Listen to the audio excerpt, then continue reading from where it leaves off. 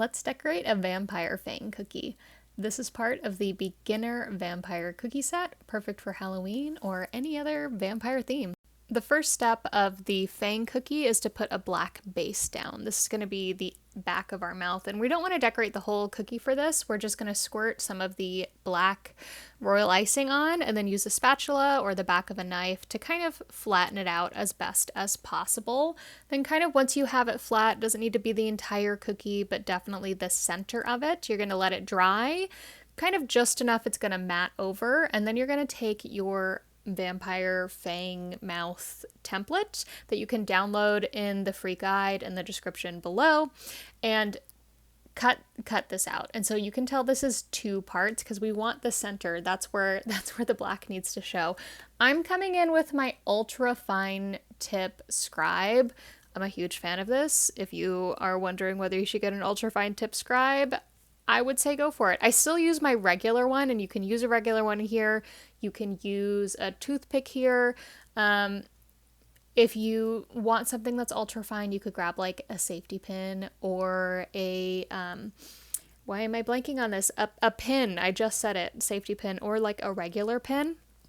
And you're just etching around this template, and you can see I'm trying to keep it pretty well aligned, the bottom with the top. But once I get the bottom lined, or once I outline the bottom, then I'm just going to come in on the top and outline all of it, remove the bottom entirely. I will say if it's just still a little bit wet, if it's not fully dry, it kind of works in your favor because it'll keep the template in place and you'll be covering it up anyways, so it doesn't have to be like perfectly flat, as long as the kind of middle of the mouth where we want that black to show through is still flat. So I recommend kind of starting, if you're doing the whole cookie set, to one of the first steps to put this black base down. There's another cookie in this set that also has a black base, so you can kind of do that and then move on to the base of another cookie and then come back. The fangs cookie steps are there's a few steps, and then after you do the template, you're going to come in here with your scribe and just kind of lightly outline where the top lip is going to overlap the teeth, because there's just not a good way to do it. So it's a pretty even line.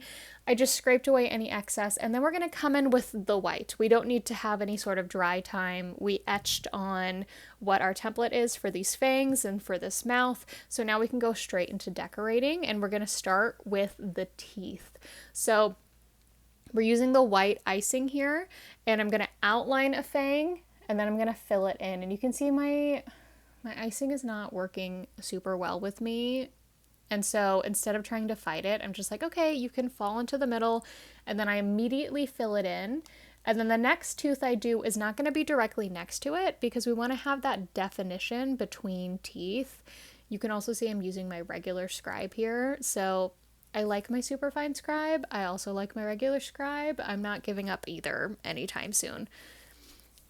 I'm going to do the tooth that's not directly next to that first fang I did because I want to have a little bit of dry time in between each of these teeth so that they can have the dimension. They can still look like teeth. If I just did all of these teeth one right after the other, they wouldn't dry enough and they would kind of all blend together and they wouldn't really look right. And so that's what I was saying before I got distracted by like the steps of what we're going through here. Is the vampire fang cookie, out of all the cookies in the beginner vampire cookie set, has the most steps that you're going to have to do a bit, set it aside, work on another cookie, come back to it. So I kind of recommend either starting with this one if you're going to do the full set, or doing it very, very close in the beginning so you can do some of the other cookies while you're waiting for dry time. So you're going to do 1/3 tooth. It's kind of annoying because there are 6 teeth total. So it's not like you can just do one and then do the, you know what? I could have planned this better. Now that I'm watching this, I didn't need to do both the fangs first. I could have done every other cookie and then I would have only had to do 2 steps. I did 3 here because I wasn't planning out well. So hopefully you learn from my mistake. I wanted to get the fangs done first, okay? So I'm coming in, there's a little bit of dry time. You can see the fangs aren't completely matte. They're not as shiny as if I had just piped them on. And that's what you're going for. We don't need it to be completely dry. We don't need it to be very matte. We're just looking for like a light crust. And then again, you're going to pipe on teeth that aren't touching each other. They can touch previously piped on teeth, but not freshly piped on teeth. And again, this is where my mistake is. There's 6 teeth. I didn't have to have another period of waiting to add this final tooth if I had just planned accordingly from the start. So please learn from my mistake. The good thing about doing it this way is this final tooth that I do, I can go straight into the lips. I can go straight into the bottom lip. And I will say I feel like my red icing was working with me very nicely putting on this lip. That's a great example of letting your icing kind of flow out of your piping bag and onto the cookie instead of touching your piping bag directly onto the cookie. You can have a lot of control over it in a way you wouldn't expect when it flows out of the piping bag really nicely. Now, when you get into the detail around the teeth, this is where I was more hesitant and wanted a little bit more control than I could get by just having the icing fall out of the piping bag. Sometimes it works well, sometimes it doesn't. As you decorate more and more cookies, you will understand that. I will say, I wish I could describe that better, so it's not like, oh, you'll get it when you get it, because it's not a very helpful teaching method. But unfortunately, right now, you'll get it when you get it. Yeah. So you're going to outline the bottom lip, and then you're going to fill it in. And again, that's with the red icing. And then after it's filled in, you can grab a scribe if you need to even it out, get into any of the nooks and crannies around this tooth, or again, just even out the icing, or maybe you want to make the edges of the lip a little sharper. That's what your scribe can help you do. And then you're going to set this aside because just like the teeth, we want the lips to have clear definition from one another. And if I had immediately piped on the top lip, then it might blend into the bottom lip and it just wouldn't look right. So let it dry a little bit. You can see it's just not as shiny. It's not perfectly dry. If my finger touched this, it's going right into that icing, but it's dry enough that it's going to keep the dimension. I also will say on the top, don't worry about making like a wonderful little U-dent between the lips. You can kind of treat it like putting on lipstick. So if you put on lipstick before, you can kind of do like one side of your top lip and the other side of your top lip. And that's kind of how outlining the top lip should go. You can see I just overlapped, so I have that little crossbow at the top and it works totally fine. And then you're going to come in and fill in with your icing. I have no idea what I was doing with my icing right there.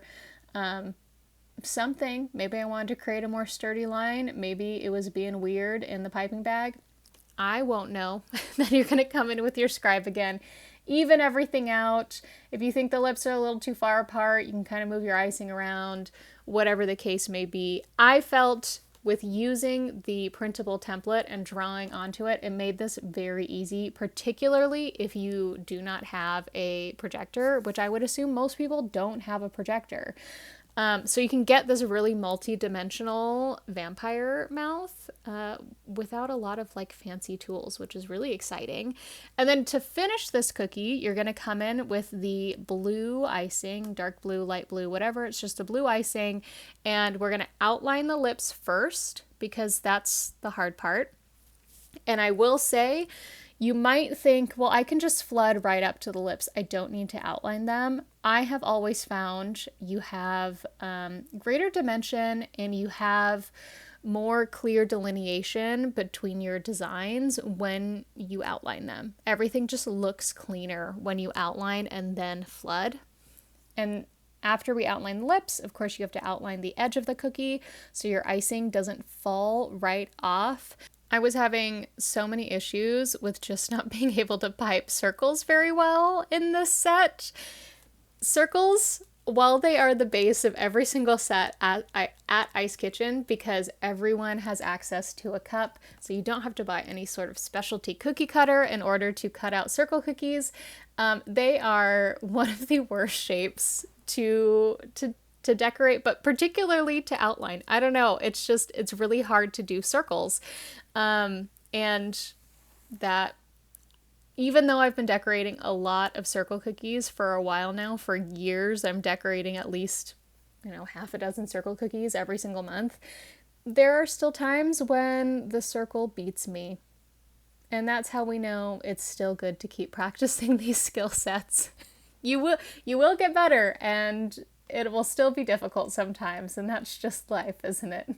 So fill it in. I get a little overzealous, I am going to say that, about filling in with all of this icing. It looks like a little bit that it's going to overflow. Thankfully it didn't. This blue icing was very kind to me. I did not overflow this cookie, but I definitely wanted to come in with my scribe and make sure that I got kind of all these edges to the lip filled in with this icing, and all the edges to the edge of the cookie. And the great thing is your scribe can push that icing around to help you not overflow any of your icing on the cookie. And there is our vampire fang cookie. Check out all the 5 cookies in the beginner vampire cookie set. Decorate them for yourself. Share them with me. I'd love to see it.